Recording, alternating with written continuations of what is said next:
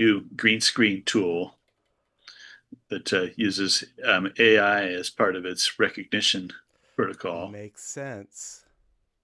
They trained it on a bunch of CG images so that they could get clean alpha channels. That sounds like an excellent application of the technology. Hello, Hello. everybody. Welcome. Hey, folks. Hey, Melinda. Hello. Hello, Roberto.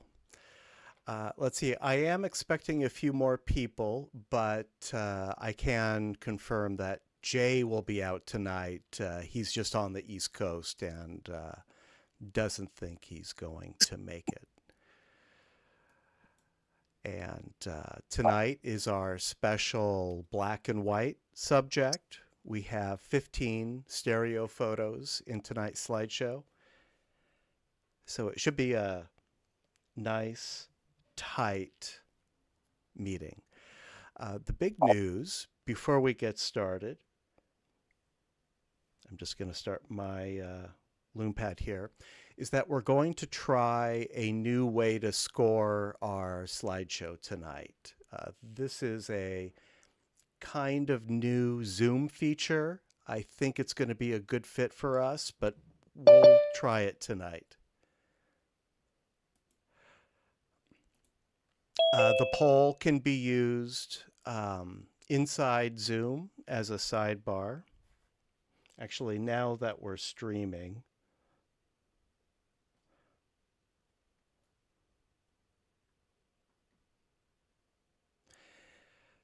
let me share my screen and I can show you what I'm talking about instead of trying to describe it.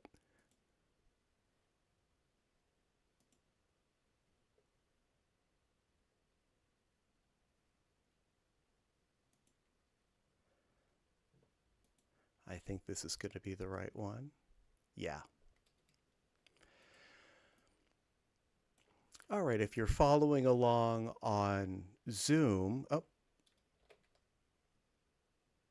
I think I just lost it. Okay, there we go. If you're following along on Zoom, you should see a new slideshow poll slide. This is an example of what you'll see tonight. There are a couple of ways to use this poll. You can use it directly inside Zoom as a sidebar. I haven't launched the poll yet, so you won't see it yet. That's good for people with big monitors or multiple monitors. If this gets in the way or if it's not convenient for you, you can also use your smartphone. And I like this feature. It's pretty convenient. I will be posting a QR code in the chat when I launch the poll that you can use to access the poll with your smartphone. During the slideshow, as each stereo photo is displayed, please use the poll to rank each photo on a scale of 1 to 5. 1 being okay and 5 being wow. I'll clarify that if this works out tonight. Participation is optional, but if you can, please do, especially tonight, so we can give this a good shakedown. I think this will make our meetings a little more interactive, a little more engaging. I'll show the results at the end of the slideshow. I'll just need a moment to pull together a chart, but we'll see how this works. Does anyone How have does any it work, by the questions? way? Can you tell us how it works under the hood? Well, I can't tell you exactly how it works under the hood. It's a Zoom feature, but essentially we'll be totaling the the ranking for each image, and then we'll rank those images from highest score to lowest score. I think that. So, Oh, go ahead.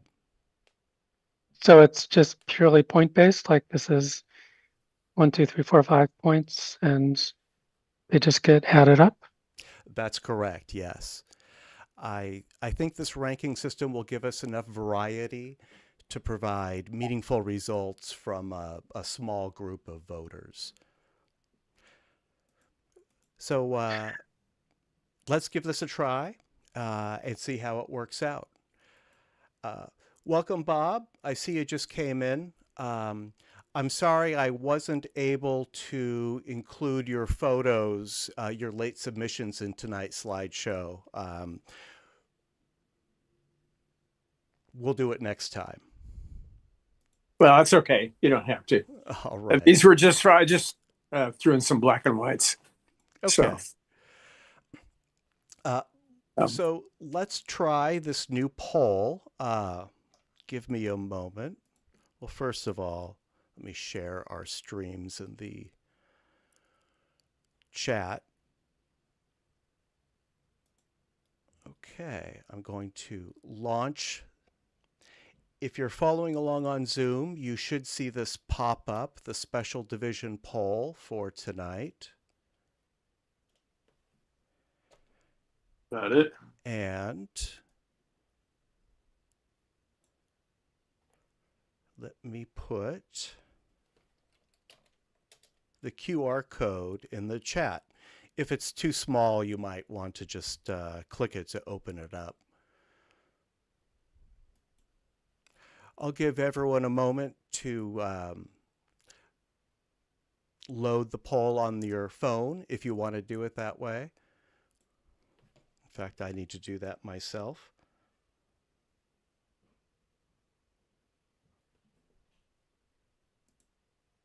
and you're recording? I'm not recording, no. Okay, because I'm not going to be able to stay for the whole meeting, so Okay, well, it'd be nice to be able to look at it later. you will be able to look at the slideshow later on one of Okay. our YouTube channels, just not the Zoom meeting. You'll hear our comments, but you'll just see the slides. Oh, that's good. Yeah. Always inspiring. It might even be better. I don't know. If you're using the poll on your smartphone, it requires your email. I wish it just asked for a name. I'm not going to email you. Your votes are confidential. Another question. Yeah. With our photos, we mark as one, yes? That's a really good point, and I hadn't thought about that. Yes, for your own photos. Well, you know, let's you leave it say for blank? your own Yeah, just- photos, just don't select them. Yeah. None of the selections are required. Okay. So, yeah, for your own image, we don't want to vote for our own images, so just leave that blank. Are there any more questions about this poll before we start the slideshow and give this thing a try? All right. Our first photo is by Roberto. Roberto, I believe this is a conversion. The title is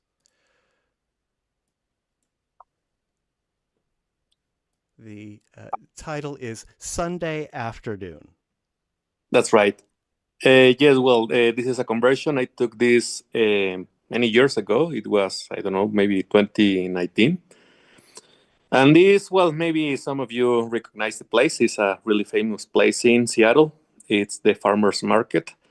And, well, I took this with a really old Sony. It's an NEX 3N.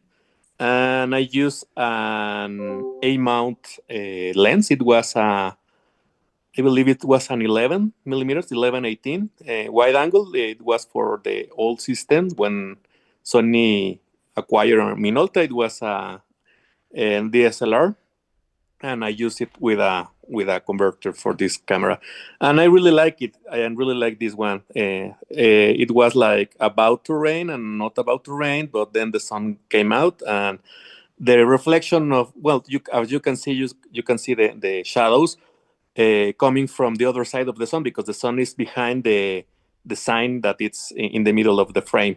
So the sun is illuminating, but the light is coming from a building that it's on the other side of the frame. Actually, I crop it out from the frame, so you can have the idea that this illusion that you have a spot behind the sign, but the shadows doesn't come from that source of light.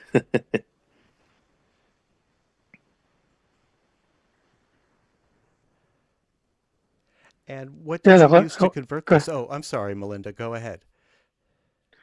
Yeah, that works really well. The glow looks really nice. There's a little bit of a cloud behind the sign that got pulled forward. But other than that, I mean, in fact, the whole picture is a really excellent conversion. I was completely fooled. Actually, well, this is in 2D. It's one of my favorites images. If you get into my Instagram, is one of the pinned images that I have. And this conversion, I made it with old 3D, and I believe it made a really good job. This is the good job, and you will see another later in the evening that you will see it's not that good. Yeah, well, this is very successful. Yeah, it really worked well with old 3D. And we'll see more from Roberto. Thank you, Roberto. Thank you. Our next photo is by Ed Austin. He's not here tonight, but he may be watching one of our streams. The title is Gerber Daisy Monochrome.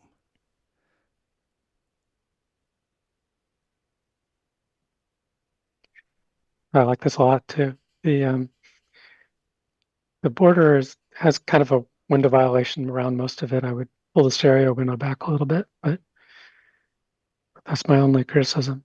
Yeah, it's a little extreme for me, based on the big screen. Huh.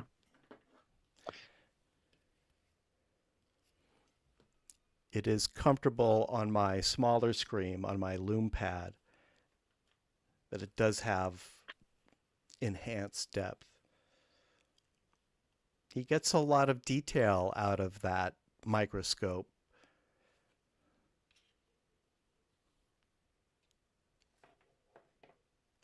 Well, thank you, Ed. We'll see you in May. Coming up next is one by Steve. The title is Narvik Electric. Okay. This is in Norway. They took us on a tour, and we were going to see a miniature city, like a city and model, and the building was locked. It was not the specified hours. We were within the hours.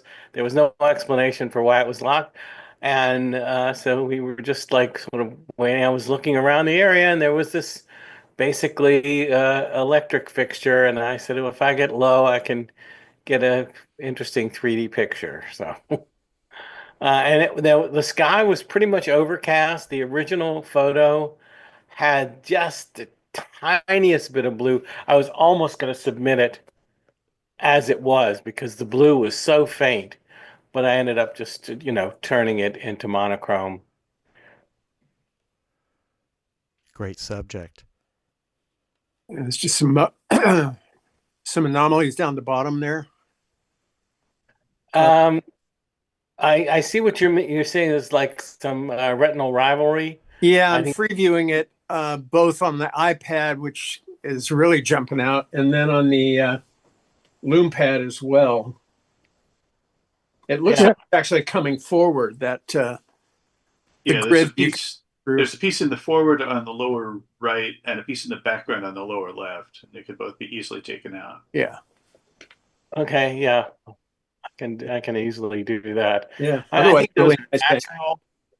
I think those are natural, phenomena. I think that's just, one eye is seeing a shadow, the other eye is seeing the light in Yeah, reality.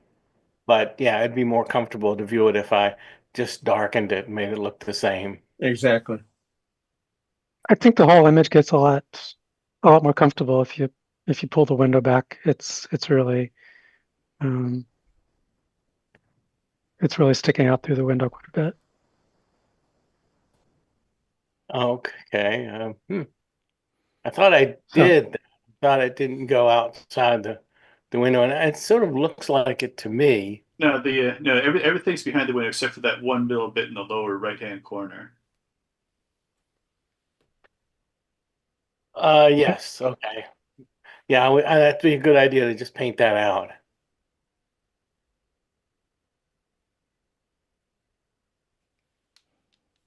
Yeah. Thanks for the advice. You've got some really nice detail here too, Steve. Great subject for stereo and black and white. Thank you. Thank you. Melinda, you're up next. Tell us about Night Hyper. Yeah, so just like Steve was saying, I had this image I had taken quite a while ago, but I'd never got over the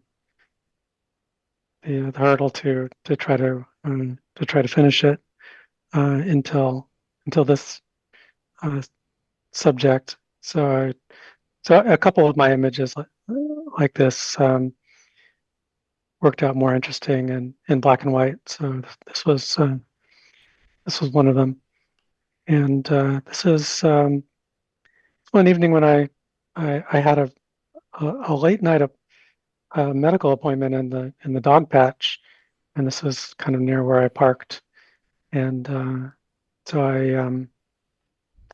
I took a pretty wide hyper of this parking garage because it was kind of interesting to see all the structure inside of it. So that was kind of what I wanted to bring out, and I did. But I think I decided that the street lights and lights on the buildings were much more interesting. But it was challenging that the stereo base was at least 2 feet or something, and it was it was a bit much to tame, but I think I got it under control. And then it took a lot of work um, to fix up all the people that had moved and other small details that were kind of distracting. But yeah, I like the result. Very successful. Is Thank this you. a Chacha? Cha-cha, yes. Okay. I think the lighting on this is really cool. I am getting a little bit, probably the same thing that happened on my picture, which is inside the building, right about where that center post is. I'm getting a little bit of rivalry, just Near because the images are so different there. near near the people, like Yeah, on the very just to the corner. Hmm. guy coat, Yeah, it's and are those. yeah, those are I people. thought that might be man. Yep, there are some people crossing the street there. Um, and I had to clone them from one side to the other. They were also visible in the other picture, which is why I put that gray box over them. Because it was, but the part you're pointing out on the like on that doorway, I guess it is, or whatever that is, that's there. It's just like pretty like highly lit in one eye and not the other. So I should do something about that. But this was one of those images where I was I was doing a lot of work and eventually just stopped when I got tired of it. But that I was know probably that feeling. that was one thing I probably should have continued I a like little the more. reflection off the manhole cover. Yeah, yeah, me too. That was kind of a nice surprise at the at the end. So you pretty much just see the like a direct reflection from that upper left street light in the one eye, but not the other.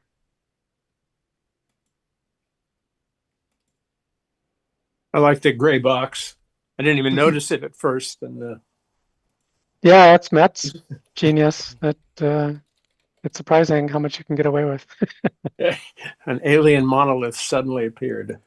Yeah, you just, pick a kind of a middle gray color. It's unassuming, and Yeah, very. most people won't notice it. Yeah, it's amazing how in Z space a block like that just sort of recedes and disappears, becomes a part of the scene. It's almost invisible.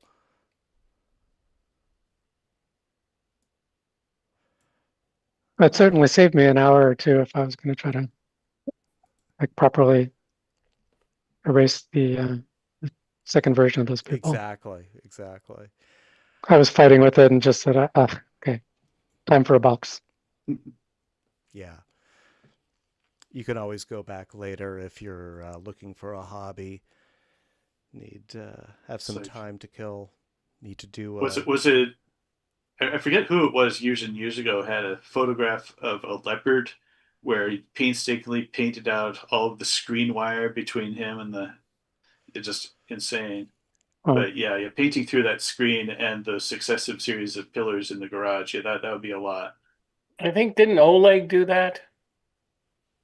I feel like it was either Oleg or yeah, one of the other old timers, just with a lot of time on their hands. it sounds like Oleg. I don't remember that one then. Yeah. But yeah, I think I would just fix that one that Steve pointed out and call it done. Yeah. Thank you, Melinda. Thank you. Ed, welcome. Let's go back 2 images.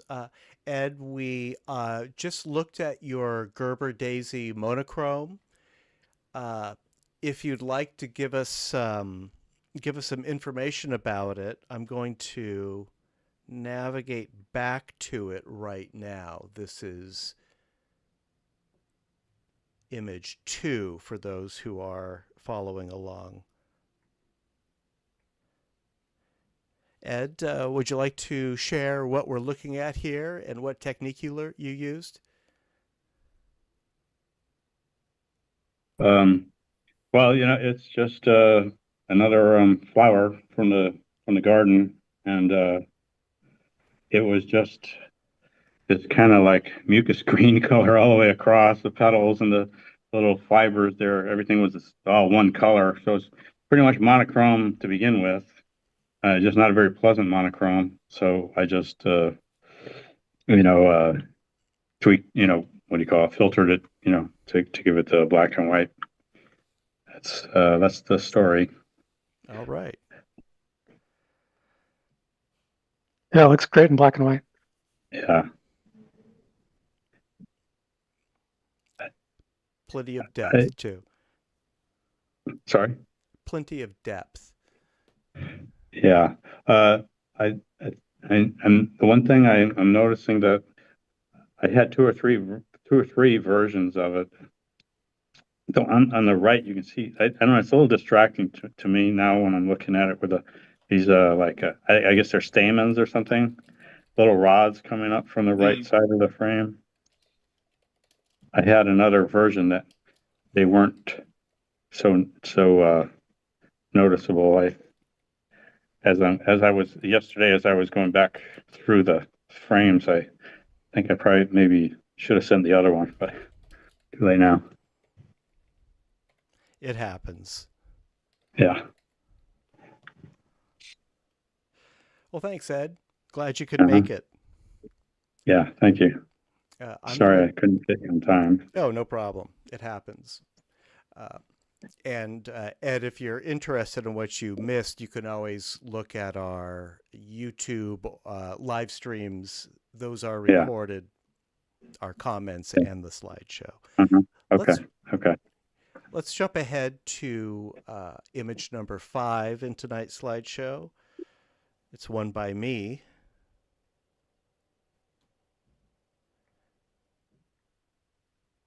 And that's coming up now.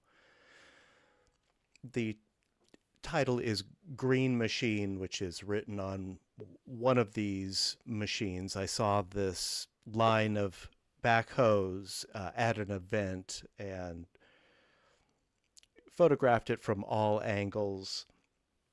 This is the one that I liked the best, but it was kind of dull in color. It was kind of a dull day. So I used the black and white adjustments in Photoshop's camera raw filter, and I like what I was able to do. I brought the color of the sky down, or I guess the brightness of the sky down, as well as the brightness of the ground, to really make those white arms, I don't know what they really are, stand out. So I think this one is better in black and white than in color. Well, you've got plenty of different tones. It's very rich. The sky is well defined. Yeah, the camera raw tool has sliders for each color, so you can brighten or darken it, as well as highlights, shadows, everything else. So I was happy with the detail that I was able to retain. I could have called it white machine instead of green machine. That's really what it is, yes. And Matt, you captured a picture that I've wanted to capture. I've passed by these things in buses and never was able to get a picture of them. I see them lined up like at a factory, and I've tried several times and never got a good picture. So this looks great. I'm having a little trouble with that. The in the back, there's I don't know if it's a roof or some land or something, but I can't seem to reconcile that gray area with the dark gray stripes that sort of fan out. Am I describing that? So Let's see, there is a building. I think the stripes that you're seeing are actually like artifacts, like a moire pattern, Yeah, because it's individual bricks. Looking at the original, I don't see those stripes, but I do see the stripes on the screen share. So there's some kind of degradation that's happening to this image. it's not happening on the Lume Pad at all. It's not there. Yeah. Yeah, I'm looking on the desktop and it's fine. It's Yeah. faint on my TV, which is an interlaced view. I'll yeah, have well, to get to the bottom I'm of that. looking. I'm looking at a computer monitor, with the mirror glasses. So I don't know if that's better or worse. I mean, the image is probably smaller than what you guys looking at. Um, I'm but also it's looking at it. I really like the sky in this one. Yeah, I brought that sky down quite a bit. It was a really bright day, but bringing that sky down really made the heavy machinery stand out. Did you try any shots like looking down the corridor? I did. I might show one of those next month. I thought it would be a really spectacular 3D shot, but it was kind of ho-hum. That's the natural shot I'd be looking at, but I can understand it. It didn't work. I'll show it next month. It's worth showing. As Steve said, it can be kind of hard to find a good composition in situations like this. I took a lot of photos, and most of them were not worth showing. And Steve, when I look at this on my computer monitor with my beam splitters, I also see that artifacting those stripes. So that's something I'll look into. But thank you. Let's move on to one by Roberto. Here's another conversion by Roberto. Fishing Seagulls is the title. Yes. Also, I took this in Seattle. It was the same year, 2019. And this conversion, I didn't like it a lot. It was like, as you can see, only the conversion worked with the seagull, and the hand wasn't affected by all 3D. So the effect, it's like a little bit done, but well, I wanted to share with you the good result and a bad result using all 3D. Yeah, it's interesting. The algorithm didn't understand that the bird was going for the French fry, put the hand in the back. Actually, I believe the problem with this picture is that I use a really luminous lens. It was a 1.1 lens manual, and maybe because it is not well defined, the hand, it suffered with the trying to define what is in the back and what is in the front. Mm. It's also lost a bit of the bird's left foot.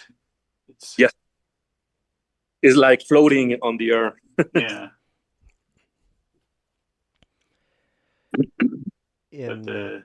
Go ahead, Tor. Just the basic anatomy seems pretty good. The wings seem to be more or less in the right spot. Yes, I really like this one. It was a nice shot. Mainly with that super fast lens with 1.1 diaphragm. It was challenging to get in focus the seagull, but well, I got it. And but all 3D software with trying to define what is what in the front and the back.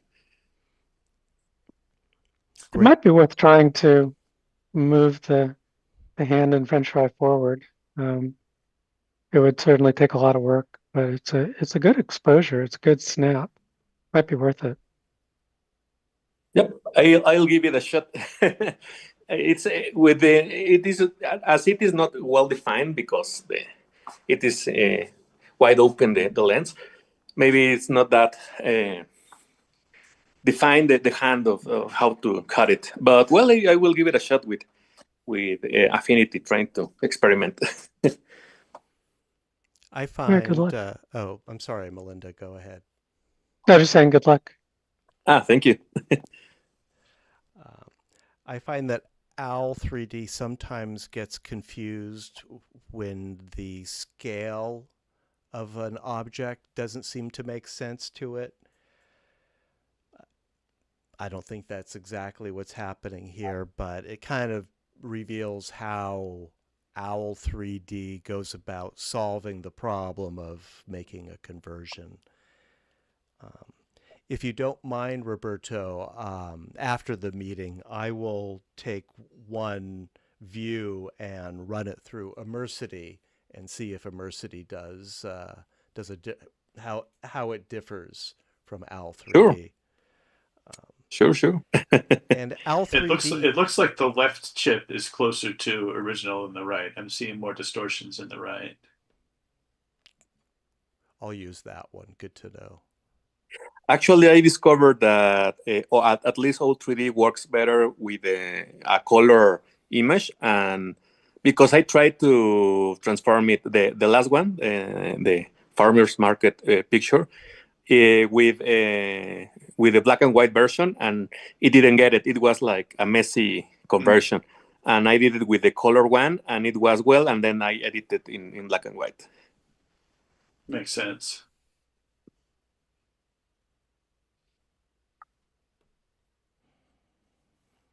OWL 3D, is that a free conversion tool, or do you have to pay for a subscription for that? it's a free big conversion, but it's a really low resolution output. You can get output up to 8K, but you have to pay. And I'm using only the free version, and it is up to 720. Okay. Well, the sharpness in this image is quite adequate, I would say. So I don't think we're losing anything from the resolution. This was a 720. Yep. Okay. Yeah. Yep. Yep. Both pictures, the last one and this one, both are 720. Lots of detail in those wings. Yep, I have discovered that using 3D with our pictures, we don't need a lot of definition, because you need only half of the resolution at least. So I believe that maybe using the QX1 with 21 megapixels is a lot. Mhm. All One right. more thing I'd like to add. I really like the bit of wing of the missing bird on the upper right. It's very nicely placed, like right at the stereo window, and it really adds a lot more depth to the image. Really kind of leads you inside. It's almost like an indoor picture. Yep, yeah, I really like that result also. Perhaps Al was trying to create distinct foreground, middle ground, and background elements, and that's why it put the hand behind the seagull. That's just speculation, but it did give you a very nice 3D effect. Yep. Well, these are my experiments with old 3D, Yeah. but my first experiments. Well, keep them up. Keep it up. I'd say these are, more or less successful. Thank you. And we have more coming from Roberto later, but for now, let's see one by Steve. This is a native shot. Two Ships is the title. Yeah, this is another one from the recent trip to Norway. It was there was not a lot of color in this one, so I thought, okay, I'll just submit it here among the black and white pictures. And I kind of like the way it looked in black and white.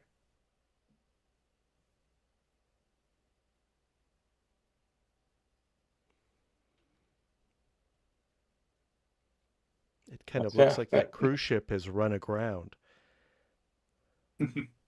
it's probably just docked there. Is this a cha-cha? No, this is from the W3. I see something green on the ship. I don't know if it's my screen. What is that? Let me check. I'm cleaning my. No, it was my screen. Sorry. Okay. Yes, sorry.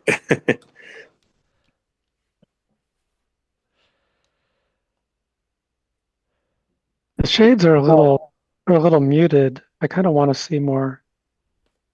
More contrast. Like some black. I don't see any real black in the image.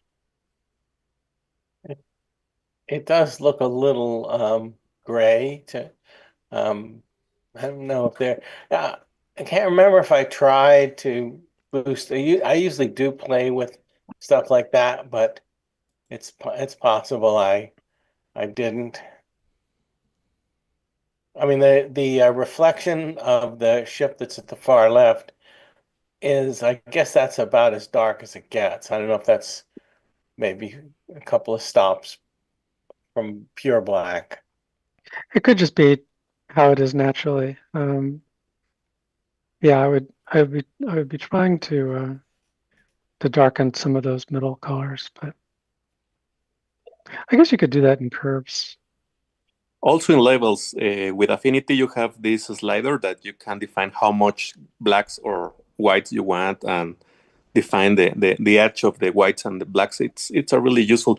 I believe for this kind of pictures, it's more useful than levels, because levels is like only working with the contrast, well, the highs and lows. Levels, it was like 3 sliders or 4 sliders, at least in Affinity, that could help define the whites, the blacks, the middles, the midtones. I really enjoyed it. I use the sliders. I think it's the develop tool. I think that's what it is. I don't remember the name of the tool. I remember when you're finished, you actually click on it and it says develop. And there are some sliders for different levels. I also sometimes use curves. Anyway. Yeah, in So curves in curves you could use select all the levels together, and then the middle slider can move all of your middle tones one direction or the other. Yeah, that develop thing is the one that's similar to the Photoshop Raw. So Roberto, I guess you and I use Affinity, is that right? Yep. All right. Also, with Lightroom, you can use the dehaze tool. The dehaze tool? Yes, with Lightroom. Does Affinity have dehaze? No, Affinity, I use Clarity to try to dehaze the pictures. Clarity, okay. Right. That actually, Clarity does work similar to dehaze. And the Clarity also seems like it increases the contrast. Yep, it's like increase the definition of every element. Oh, I just discovered the left chip is kind of washed out compared to the right, and auto color adjustment fixes that. Yes, maybe it's the problem with the W3 that. I think we saw that in some other images recently too. Yeah, last week. Yeah. So Steve, I recommend for that camera always using auto color adjust. I gotta remember that. Especially, I can easily have overlooked that, being that this doesn't have any color, and I always think of that as something that matches color, but I guess it can also match shades of gray, so it'd be worth it to try to match those. Yeah, and just always select the right chip. Well, I do look at it and see which left or right, because it seems to alternate. Sometimes the left looks better than the right, and vice versa. Yeah, I'm the same way. Why would you pick always the right? I'm guessing that there's some sort of defect in the left chip. Yeah, I mean when I use an auto balance feature, I treat the chips individually, so that I'm not correcting both at the same time for a flaw that's only on one side. Well, I find that color auto adjust helps. If you choose one side, it tends to blend the other more in terms of color and contrast. That's a Well, stereo because the photomaker subject tool, is right? going to have the same cues, and if you correct them individually, then they'll both arrive at the ideal. But one may need more than the other, so I do them individually.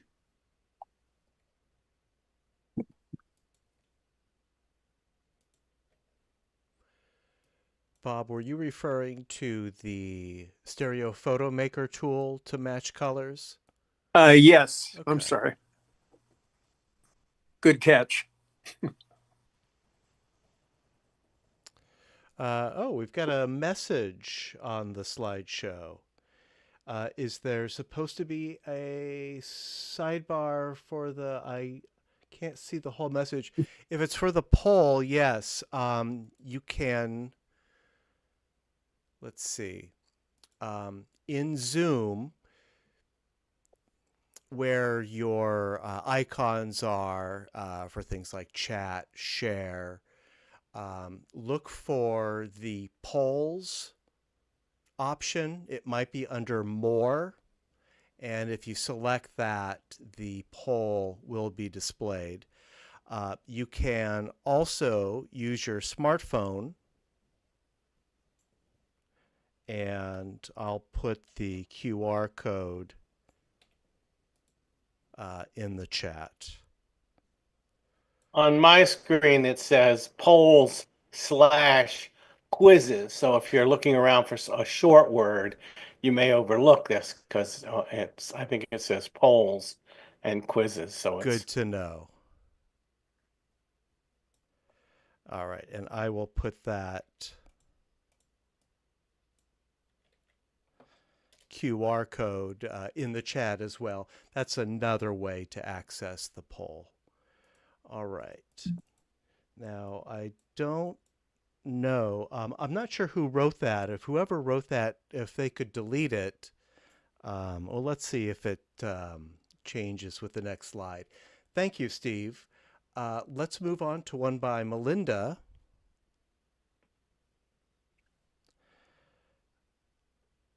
Melinda, can you tell us about Paul? And can the writer of that message on the slideshow, I don't think I'm able to actually delete it. But while we sort that out, Melinda, please describe your image. Yeah, sure. So this was another one that I took a long time ago, at least 4 or 5 years ago. The lighting conditions were really challenging, but it was one that I took another look at for the black and white subject, and I think it works a lot better this way. Yeah, so this was just a fellow I met downtown Santa Cruz. Thought he had an amazing looking face. His This name is was a Paul. hydrogen. Yes. Terrific portrait. Oh, thank you. The only Yeah, thing, did go you ahead. have the upper right, the upper left corner of the right chip, either cropping or doing some cloning? Yeah, the window, I guess that's a window edge or something along the edge. Yeah, there's a couple. The I'd white also spots are, move him closer. yeah, I could crop in a little more or crop that out He's or just paint out those white spots, but there's a little bit of a window or door or something back there. yeah, easy to correct, but Yeah. I would move him closer though. He's back further than I think he needs to be. I think you're right also. A great portrait, nice face. Oh, thanks. Yeah, usually what my method is when I upload all my images from the cameras, I generally go through them, get rid of all the ones that are out of focus and stuff, and then the ones that seem to have promise, I make a folder for subfolder of like a folder for just images to process. And so in each folder, I'll put the original image, and then I'll also do the alignment and cropping, and then just save out the this sort of half processed image and that's where I start from. So I wasn't thinking about the framing or anything, because usually I've done that before, but this time it was years ago, and I don't remember why I cropped it like that. But I think you're right. It could be done better. But I think cloning, and rather than cropping it, because it's such a nice composition, I hate to lose any of that nice hair there. But if you can clone it and fix that anomaly in the upper left corner, that would I think really help it. Yeah, thank you. It did bug me a little bit. And looking now, those two big white dots bug me even more. Yeah. And the in terms of it used to be the same in terms of throwing away out of focus shots until Gigapix Topaz filter, especially on portraits like this. I know it's not always 100%, but I found it just does amazing work in resharpening images that are soft. I need to, yeah, I have one image I really want to try. You should definitely try it. I don't know. Do you have Topaz Gigapix? No, Oh, okay. I'm happy to convert it for you if you want to send it too. But I think it's worth getting. It's a good program. yeah, and it also will do upscaling. Is that like even the Oh main yeah, thing that it yeah. does? Yeah. That's my process. I want to see everything on the TV, so I'll run it through Gigapix to upscale it to 2160. And at the same time, you can enhance the faces. You can correct for soft focusing, and it's got some great features. Yeah, thanks, Robert. I'm definitely going to send you that one image. I, I I've been very much meaning to do that, but never got around to trying it. Thanks. Sure, thank you. Yeah, spectacular portrait. Thank you, Melinda. Next is one of mine, rims and tires at California Wheels. California Wheels is the name of this tire shop. There are a lot of tire shops in my neighborhood. I was interested in photographing them, but I found out that these stores don't like being photographed. But I caught this one at a street fair, so I wasn't hassled too much. I took this a couple months ago, didn't really know what to do with it because, frankly, it lacked color, and this works so much better in black and white. I did play with those camera raw black and white sliders to really brighten up the whites, essentially the reflective rims, and darken the rest of the image. I'm pretty happy with this.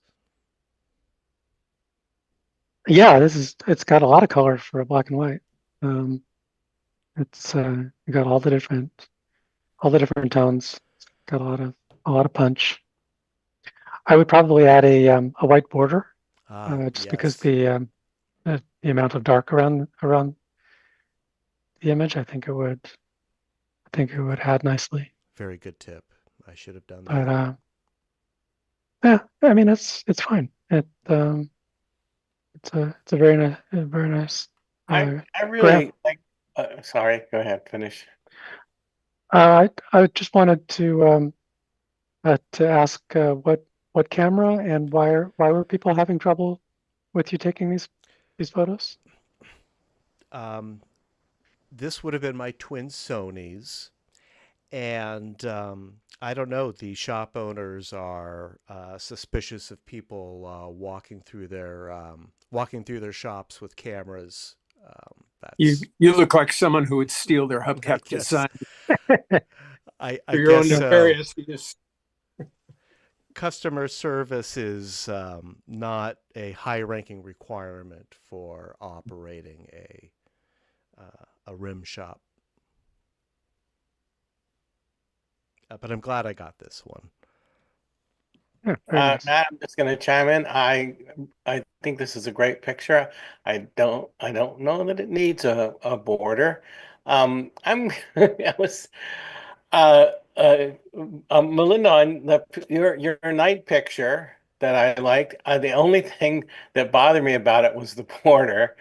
I didn't say anything because I know you like borders, and I think probably it's working for a lot of people. I found it's my eye was drawn to that because it's this white thing and a mostly dark scene. Of course, you had all those lights, so that kind of made it draw my eye back to the picture. But yeah, I'm just overall not a fan of the borders. I should try to use them more often. I've got a picture I was just looking at today that I thought, this one needs a border. So I gotta get into the aesthetic of borders, but yeah, I really like this picture just as it is. Well, thank you, Yeah, Steve. I have nothing against that at all. I mean, it's a matter of taste for sure, and I can't even describe exactly when I think it's when it's called for or is helpful. I mean, in the case of my night shot, it's just got a big black sky on the top, so it definitely needed it. But for Matt's image, I think it's fine either way. It's just I find like the more black there is around the border, the more helpful I think it is. And his image is, sort of half and half, so it can take it or leave it. I think if you crop out the border on my my night parking image, I think you'll see what I mean. I will try a border on this. I think it's definitely worth trying.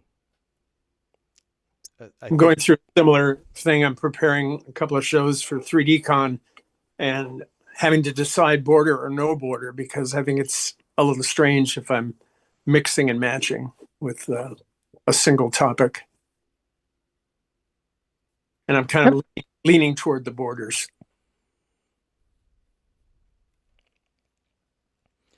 Well, thank you all. I will try that, and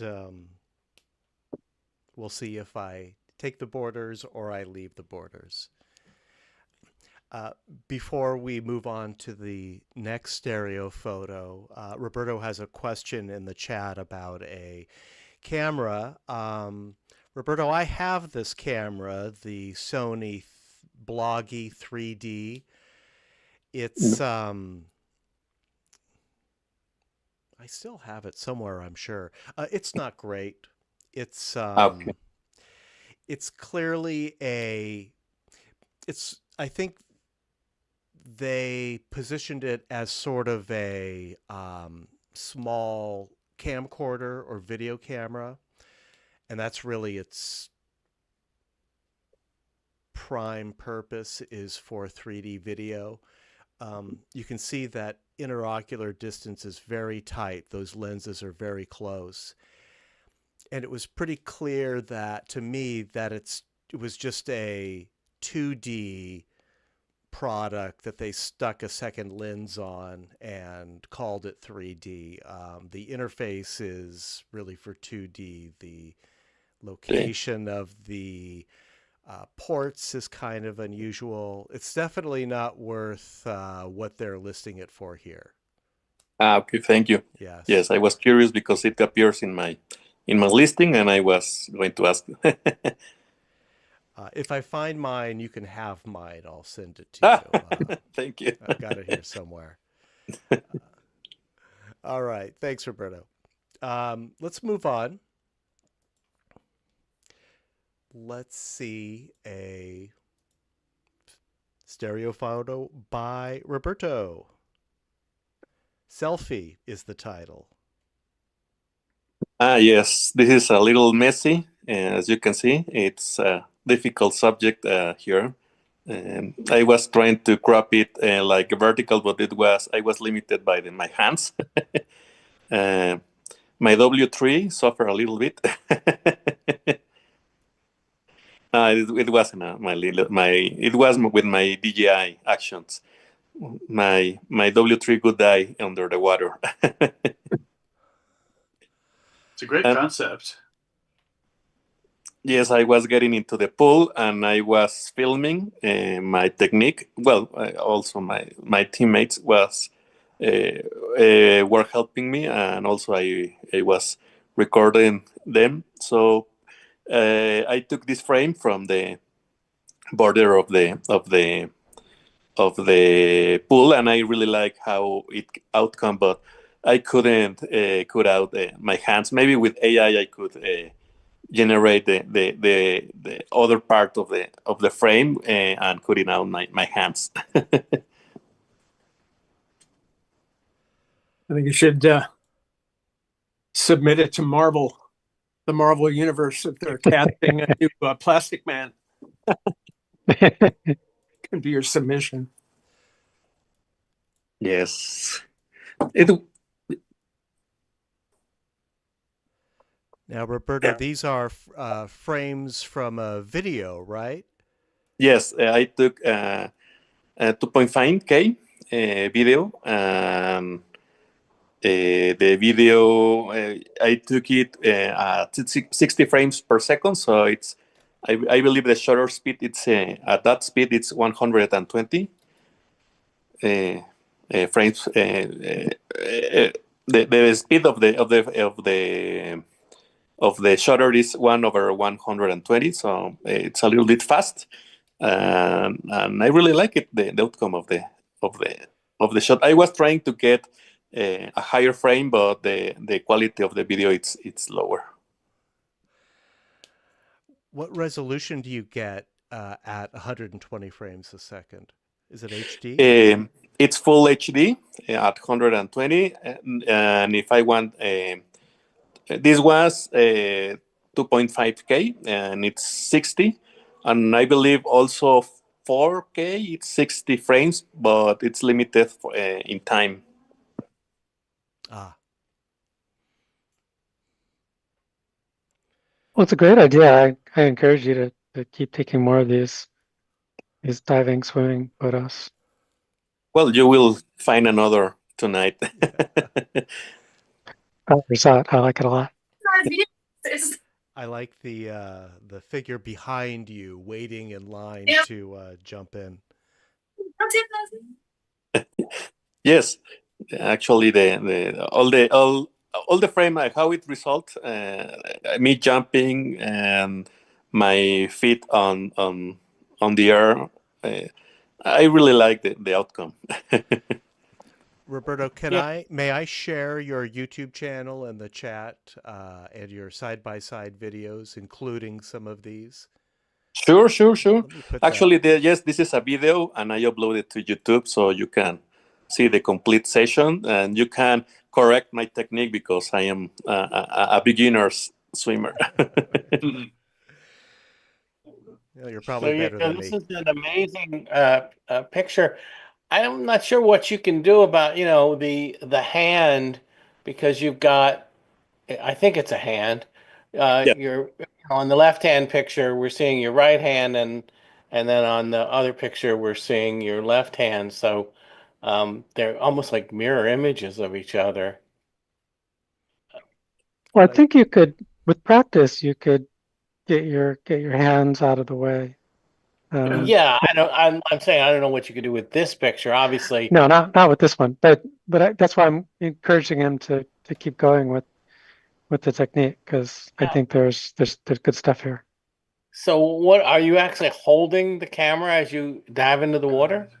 Yes, that's right. The problem with these cameras is like those are action cameras, so the lens is so wide that it's really difficult to get out of the frame my hands, and having to. I took another video today. I haven't worked with them. Maybe I got my hands out of the frame, but I haven't see the results. Which You camera? might have to put your elbows way out to the side instead of holding your arms straight. Maybe yes. And What camera? What's the camera? Two DJI's action too.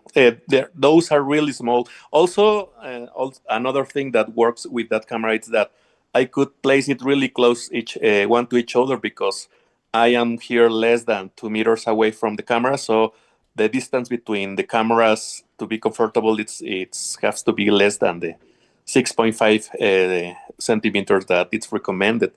Yes, this camera, this setup, I also 3D printed a case so I can place both cameras together. If you really want this shot, you might, I don't know, try attaching the camera to a wider frame, something that could hold the camera further out. Actually, From I the was, body. with my 3D print case, I was thinking about a handle, maybe something that extends out of the view, but I don't know if it can hold the splash, Yeah. the heat on the water. It'd be risky. But I love the concept. Yes, these are my experiments. Very successful. I put a link to DJI action cameras in the chat for anyone who's interested in the cameras that Roberto's using to achieve this. Thank Very you. nice. Thank you, Roberto. Let's see. Coming up next is one from Steve. Steve, tell us about bottles. Okay, this is in the I think this was the Heineken factory in Amsterdam. We passed through just for a few hours. And this one, I really hesitated submitting it because these bottles are all green.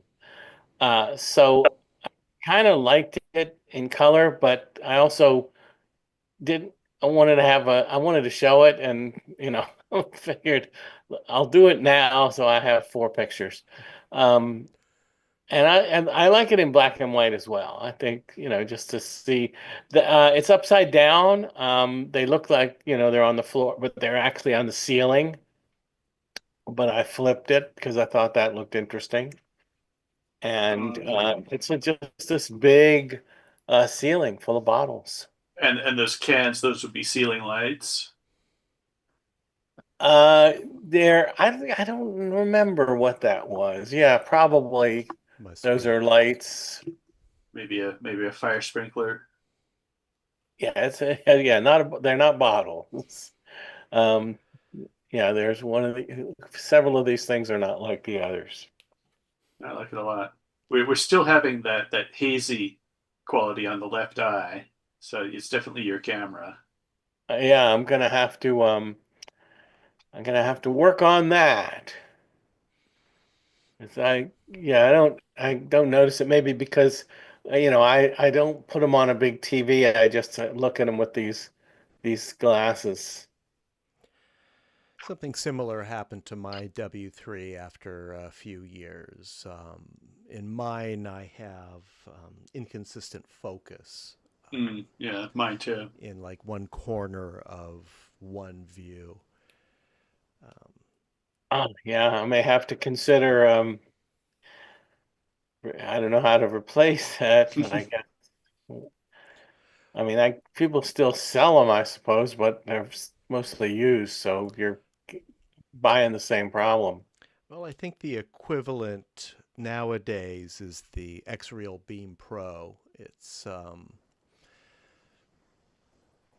not as much of a camera as the W3, but it's a nice, convenient point and shoot, very lightweight, easy to travel with. All right. I would suggest, if that's something you're considering, to start there. But maybe this is something you can adjust for in software also, with a match color or levels or something. And I have Topaz, which does a pretty nice job of sharpening. Yeah. I would have to. I guess I would have to separate it all. I can figure that out. I can have sharpen everything and just chop off one half of the picture. Steve, I think given how long you've used the W3 and how many photos you've taken, I think the CEO of Fuji should fly over here and present you with like a special edition W3, maybe their prototype W4. I don't know. You definitely got your money's worth out of your W3. Well, this is my second one. Well, in that case, they really owe you. Although I have been using this one for a really long time. The other one I got wet, so I knew I'm not gonna dive into the water Roberto style home the W3 because it just got splashed by a dolphin and it just stopped working. Yeah. Maybe it could be the last one, the last picture that it could take. Oh, when I'm ready to chuck it, I'll dive into the water sacrifice. and get that last picture. Right. Sacrificial stereo photo. Yeah, and I have to second Matt's suggestion of the Beam Pro. It's I'm having a lot of fun with it, and I mean, as much tremendous use that I got out of the Hydrogen One, the I'm so much happier with the new camera. It's so much more forgiving and versatile and cheaper. All right, thanks. Yes. Yeah, I'll definitely Yes. be looking for that. All right. Thanks, Steve. Melinda, you're up next. This is your zebra stairs, and I am showing your PNG. Yeah, thanks. So this was also kind of an experiment with the PNG format, and the reason is um, I wanted to how do I put it? The the topic title is black and white, and the subtitle is stereo and monochrome or something like that. And those are two different things. And so I kind of wanted to play with that idea uh, by uh, by by trying something that's an extreme version of black and white, which is truly black and white rather than a No grayscale. gradation. Exactly. So monochrome monochrome in black and white would be shades of gray, and like Steve's bottles could be shades of green, and that would still be a monochrome image if you still wanted green. But I like the idea of black and white being literally black and white, um, and so I had this image came to mind immediately because of the black and white zebra stripes on the in the shadows, and so I did a lot of experiment to try to get this effect. It was challenging because like the middle shades, um, most of my tools when turning into black and white wanted to turn it into a very speckled kind of form, which of course just is very noisy in stereo. Um, and but I found a way to sort of tame that and get the whole thing into literally two tones without much in the way of distraction. Um, the like the bushes on both sides were the trickiest parts. That's usually where filters and stereo will trip us up. But I'm very happy with the result. And then um, and then when I went to save it, I knew I didn't really want to save it in JPEG um, because that will sort of convert that back into a grayscale image, which at a high at a um, what's the word at a extremely low compression would do an okay job just producing a bigger image. Um, but I realized what I really want is PNG because that's the perfect format for images that have a small number of colors. You know, um, like graphic design or things like that, or cartoons. Um, and this picture is it's only like I don't know 50K or something like that uh, altogether in PNG. In JPEG, it was quite a bit more. Still not a big image, but um, it was worth trying. And I also, and one other very valuable thing about PNG is that it allows you to select a transparent color. So so it's sometimes useful for like creative borders.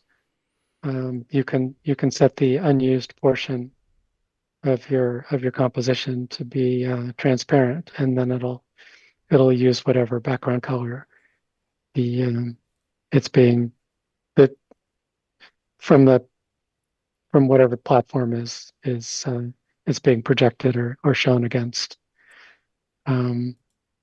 So these are not super valuable features, but they're interesting. They're interesting and sometimes helpful in certain situations. And so Matt was kind enough to help experiment to see whether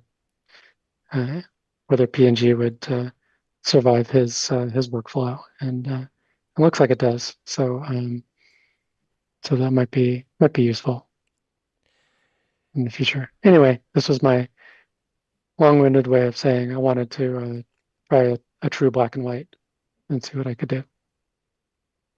Yeah, I think it's really successful. It's kind of an amazing picture. I'm not sure exactly what you're using to convert, but JPEG, if you're saving a JPEG, it would look just like this. Would not convert it back to grayscale unless there's something wrong with the program you're using. I mean, PNG is lossless, so it'll be, more pure. But the JPEG, especially one with a fairly high number, quality number, that is a low amount of compression, it will look perfectly fine. The JPEG figures out what the human eye can detect. And so I don't Yeah, no, know. JPEG is good, and at a really high quality setting. I think Stereo Photomaker only let me save it at 99%. It's the highest. I know JPEG does go to 100, which should have been an exact match. 99, it still looks to me identical. Yeah, I usually save it. To the original. I usually save at 85, which seems to be kind of an accepted number for keeping the quality high. I don't use understand 90, which is go ahead. No matter what, if this is the picture you have, like in your paint program, and you save it as a JPEG, that's what it's going to look like. Something would have to go wrong for it to bring the gray tones back. It'd be noticeable, yes. No, it It would would look have to just be. like this. It would save it exactly the same. It would just have a little bit more compression. PNG is cool because it actually does have compression. It's lossless. It only compresses the stuff that will not affect the picture. JPEG at 100% is lossless also, but I wasn't able to use that here. But it's not exactly the point. The point was to try to be 100% faithful to kind of the idea of black and white, and even at JPEG 99% quality, I think that the palette has like 6 or 8 colors in it. Yeah, and the only reason not to use JPEG, not to use PNG, is that they tend to be really large. But if you only have 2 colors, then it's going to be pretty efficient, as you noted. Yeah. For what it's worth, this one works really well as an anaglyph also. Oh, that would be interesting to see. I think the high contrast doesn't, because you don't have really any allow for grayscale. So ghosting. Yeah, no ghosting. I would imagine most of the pictures we're seeing today would work as anaglyph. They all work, but they generally have the kind of the artifacts that anaglyphs suffer from, because the colors are never a perfect match to your viewers. You could do that if you can fine tune your screen, but this one, there's just nowhere for those artifacts to hide. Getting back to what Linda was saying about JPEG, at the highest setting, it's not really true lossless. it's still discarding information. Hmm. So, I mean, I can't tell, looking at it, but from what I understand, every time you do a JPEG, it's throwing away some information. I did not know that. Thank you. I recall. Oh, and this was- also, go ahead, Melinda. also notable, I don't know if anybody noticed the border. So this was the first time that I tried using a triple border, which is the most that Stereo Photomaker has. And I'd never even used the double version before, but I thought I would try to do a zebra themed border using all three. Seems appropriate. Very. A worthy experiment. Thank you, Melinda. Thank you. And thanks for humoring my experiment with your process. Of course. Yeah, if it'll display, and if it's in stereo, we'll see it. Steve, this is Oops. Yeah, this is in Tromsø in Norway, the same place where we saw the Northern Lights, and actually not far from where the cruise ship was docked. We were just walking around, and this is a museum there, and it looks like dominoes. I thought I'd take a picture. I was looking at my pictures today. I did take some cha-chas, but they are not good. I think I just moved too much. So this is with the trusty W3. So I don't know if it's got one eye is a little bit fuzzy, but I'm going to work on that from now on. This one looks pretty good. It does. Oh, Yes, the difference. that's the only possible option for with somebody moving. I definitely didn't clone anybody. I guess the car on the very right is a little brighter in the right chip than the left.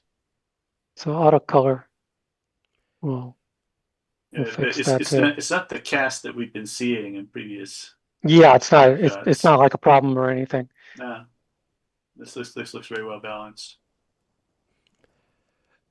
Steve, what was the light like on this day? Was it overcast? It was a little bit overcast. Maybe your camera. Pretty gray. At the far right, there's this wood. Most of these buildings are kind of a gray concrete, but the last one at the right is a kind of a reddish wood. But it wasn't that colorful, so not losing a lot by making it black and white. Maybe your camera does best with this sort of softer light. Maybe those flaws that that we pointed out only happen when you use your W3 in bright light. I don't know. Worth keeping an eye on. Yeah. Yeah, I mean, the more I look at it, the more I am seeing some lighter elements in the left eye, but I think the subject is very forgiving. I'm certainly not seeing any retinal rivalry on my end. The sidewalk in front of the dark car on the far right, just below the bumper of the dark car on the far right, between the pedestrian and the car, that part is lighter in the left eye. I see that.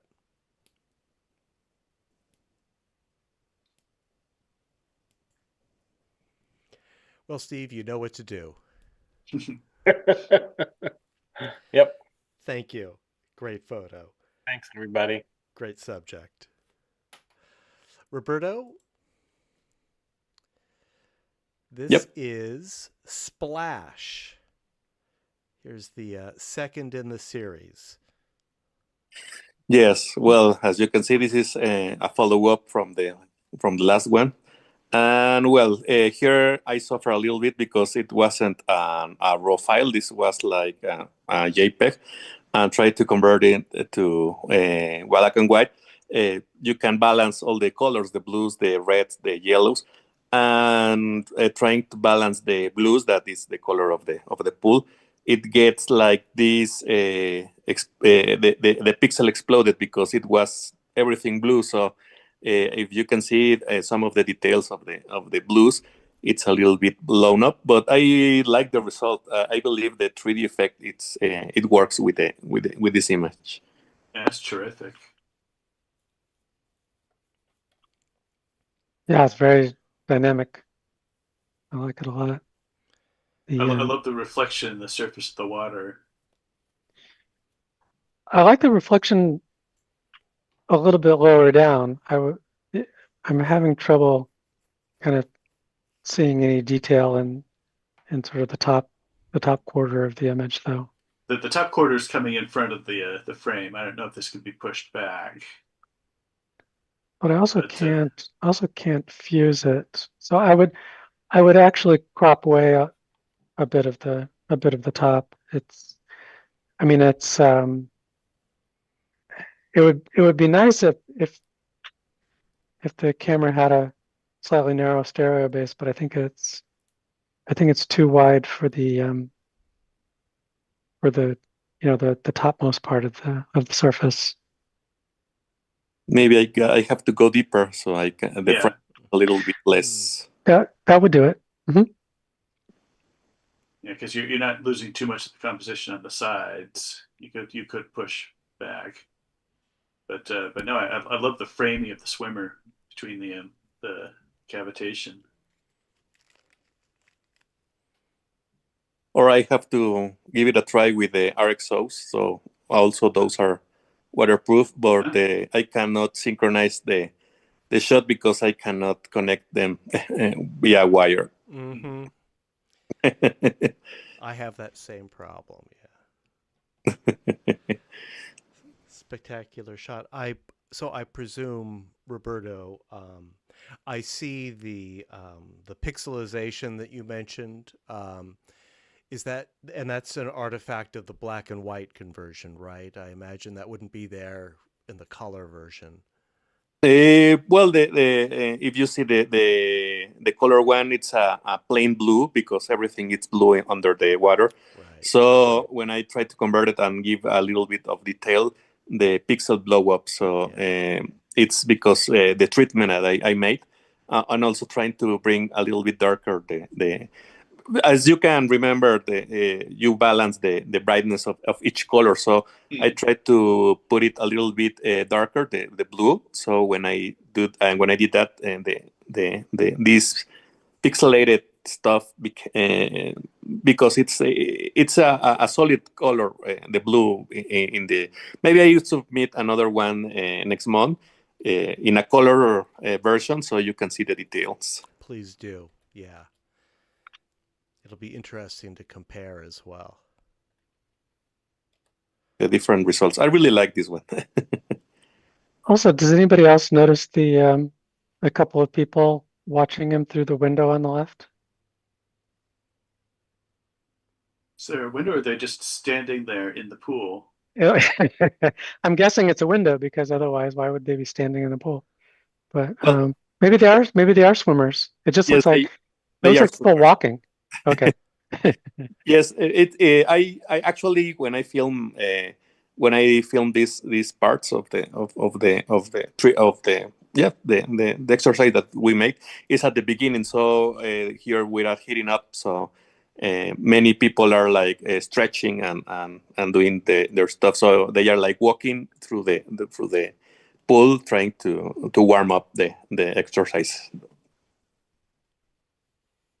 Because after that, it's impossible during the exercise film everything.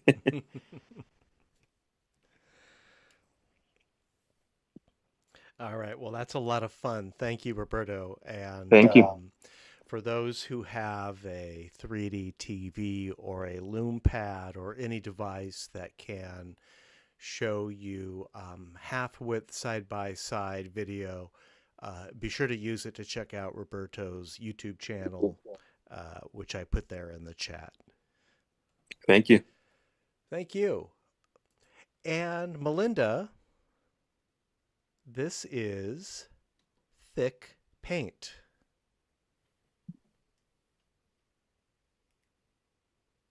Yeah, so this was another one that had just been sitting in my folder to process that I never got to because it just never really worked. But I thought, oh, it might be worth trying in black and white. And I don't know if it's better or not.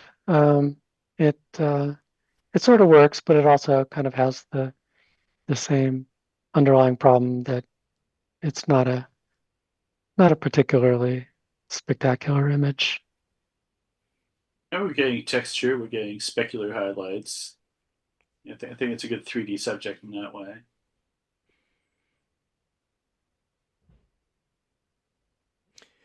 Yeah, there is depth to show here, and you're definitely using the right camera.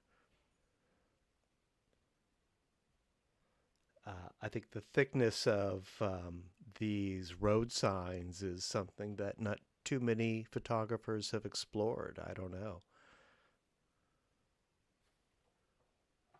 Well, I've certainly never seen it before, but it's not an exciting subject. But it was just interesting on that day with that lighting. It kind of caught my eye. Yeah, I like it a lot. Oh, thank you. Yeah, it's nice. Helps that you have a car in there also. Yeah, this is a roundabout. Well, I guess you can see the roundabout sign in the upper right.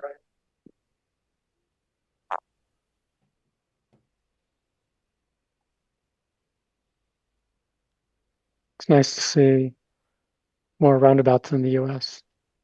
Yeah, we're getting them in our neighborhood too. And I think the border works.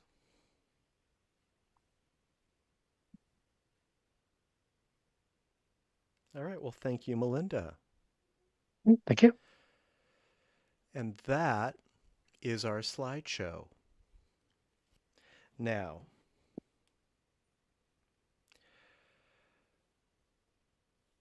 does anyone need to see the slides again to make their selections in the poll? Of course, the idea is that we do this during the meeting, but since this is our first time doing it, if anyone needs to review the images, we can do that right now. If not, please submit your poll if you haven't already, and I'll just need a few moments to generate the results. Does anyone need more time with the poll? All right. I think I'm good. Yep. Okay. I'm going to end the poll. No, I didn't submit. I was clicking. Oh, okay. I needed more warning. Okay, I'm sorry. I was That's a problem. I was hovering over the button and everything. Okay. So just to make it clear. Can I get it back? Well, I'm sorry. The only way I can do it is to relaunch the poll, which would mean that everyone would need to make their selections. That's a shame. I'm sorry, people. Okay. It's It's okay. I was only a second ahead of you. it was a lot. It was good stuff. But so what do we want to do? Do we want to relaunch the poll and make our selections? No. That's okay. Okay. I'm sure it'll be fine. Let me download the results here. Oh, yeah. In the future, maybe remind people that there's the submit button at the bottom. We're all done. Will do. I found that some of my earlier selections had disappeared when I scrolled back up to double check my scorings. That's odd. I saw mine. I'll have to look into that.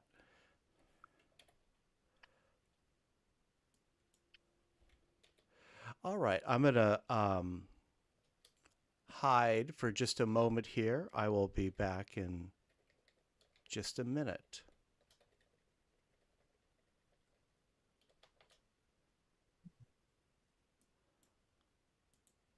Okay, be right back.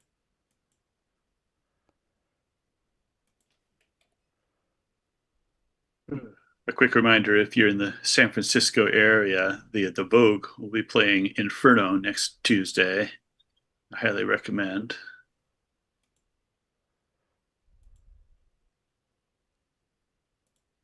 Yeah, that's one I've actually seen in theaters more than once. Personal favorite. I also have the Blu-ray. Yeah, I think the first time I saw it was on film at 3D Expo, probably going on 20 years ago now. And then the story of the digital preservation. The guy who did, I'm blanking on his name. It was just a side project, and when he passed away, they found a test Blu-ray in his effects, and they exported that to a DCP, which then ran unauthorized at the Castro. And Paramount came calling and said, "Hey, you have a 3D preservation of that? Can we please?"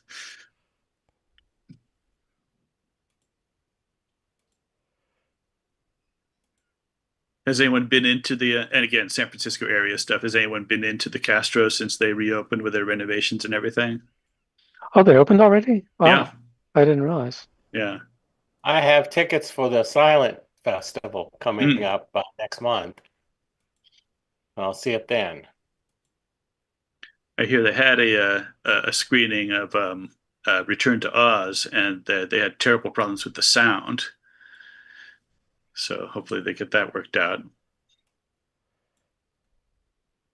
Well, my all-time favorite movie experience was seeing Dial M for Murder in 3D at the Castro. Yeah, that would be perfect. It was fantastic. With the organ and everything.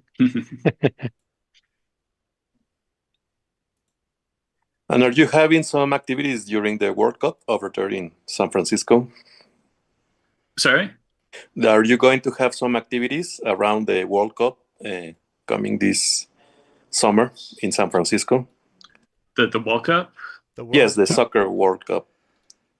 The FIFA World Cup? The World Cup. World Cup. I don't know. I'm sure there will be something.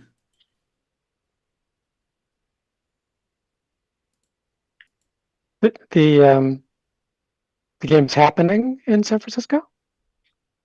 Yes, I believe a couple of matches in San Francisco, New York, Chicago. Oh, okay. I believe also Miami.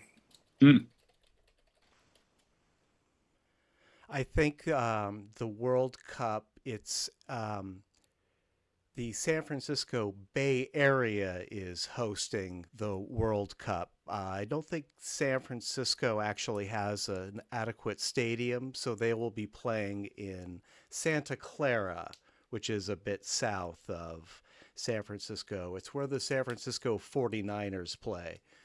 They're the San Francisco team, and their stadium is in Santa Clara. So that's the difference. Okay. Thank you for your patience. Let me share my screen.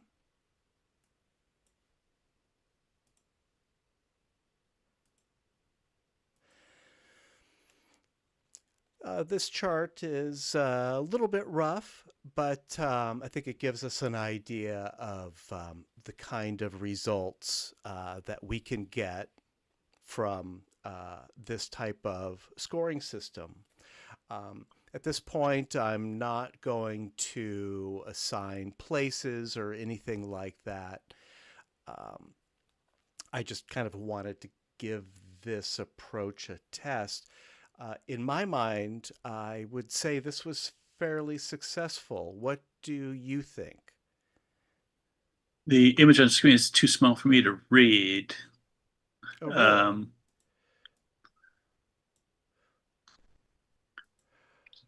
Barely.